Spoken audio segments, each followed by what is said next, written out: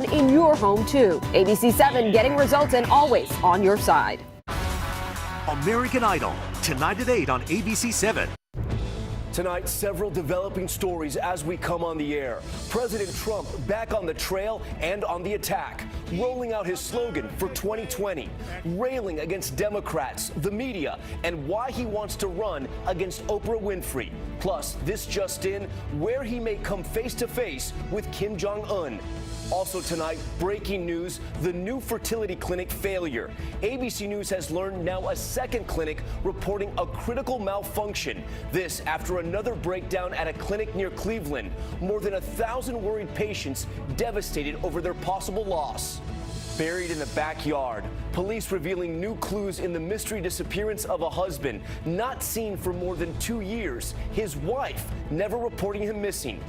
New winter threat, the third nor'easter in less than 2 weeks, about to slam the East Coast. This as many are still digging out and just getting their power back on. Sam Champion standing by.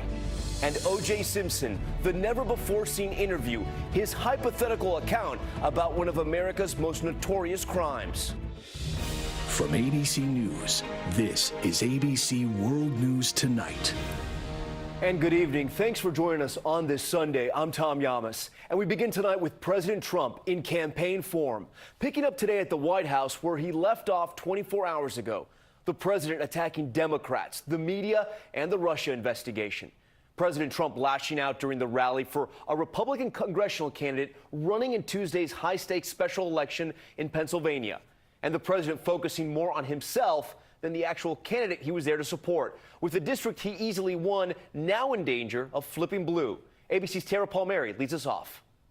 The campaigner-in-chief setting his sights on 2020, unveiling a new slogan. Keep America great! Exclamation point. At last night's Pennsylvania rally, attacking his favorite targets. A lot of bad people, a lot of fake media. Look at them. A lot of fake media.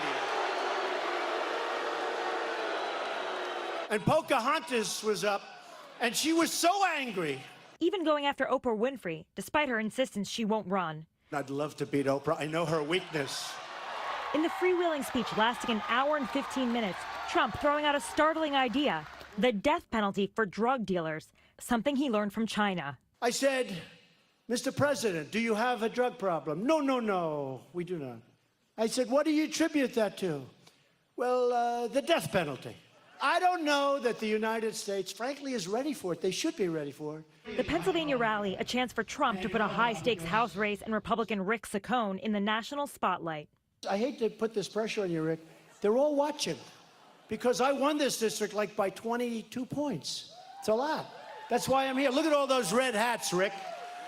Look at all those hats. This guy should win easily. But Republicans worry a loss Tuesday in a district Trump won by a landslide could spell major problems and a Democratic wave in the 2018 midterms. The president insulting Democratic opponent Conor Lamb in vintage Trump style. Lamb the sham, right? Lamb the sham. Trump then playing to the raucous Steel Country crowd.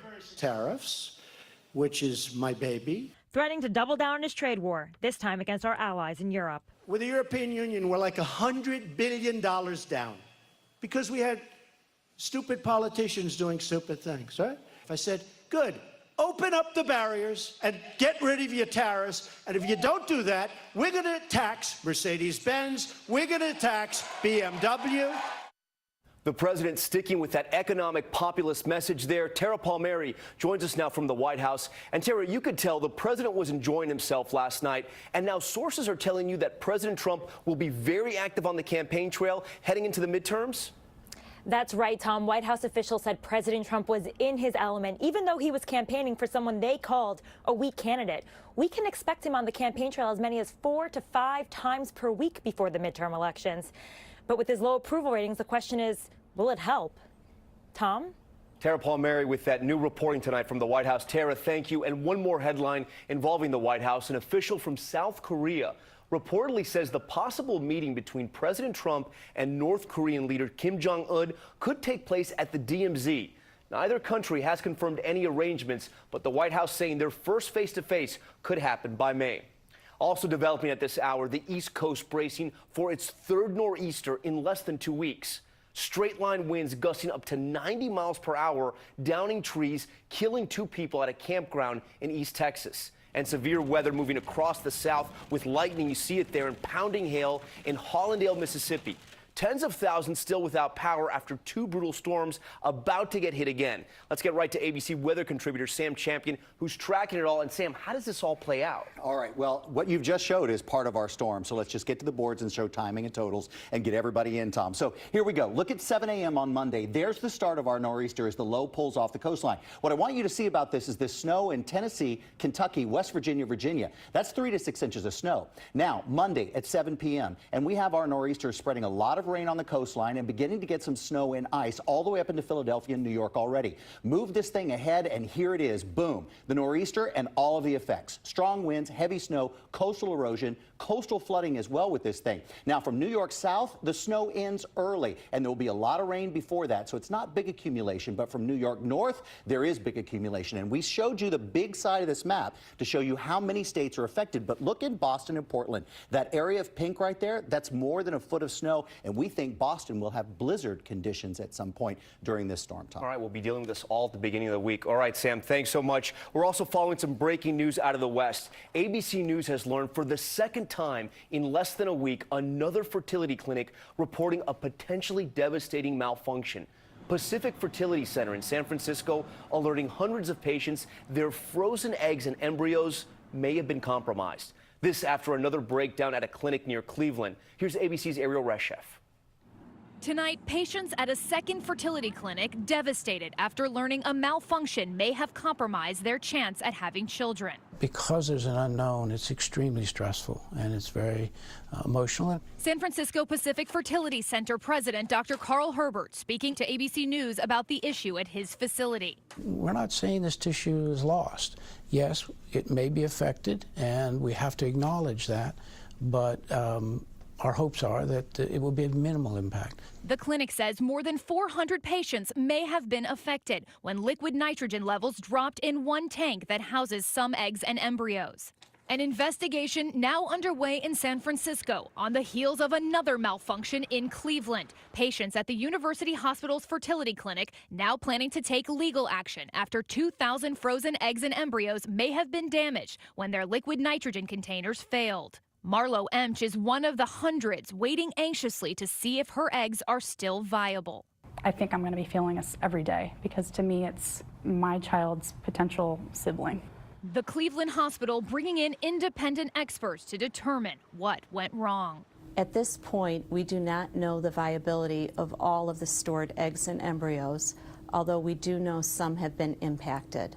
Tom, the clinic in San Francisco tells us their physicians are reaching out personally to all of the patients who may have been affected. In addition to their existing safeguards, they plan to add a third alarm system to each tank to make sure this never happens again.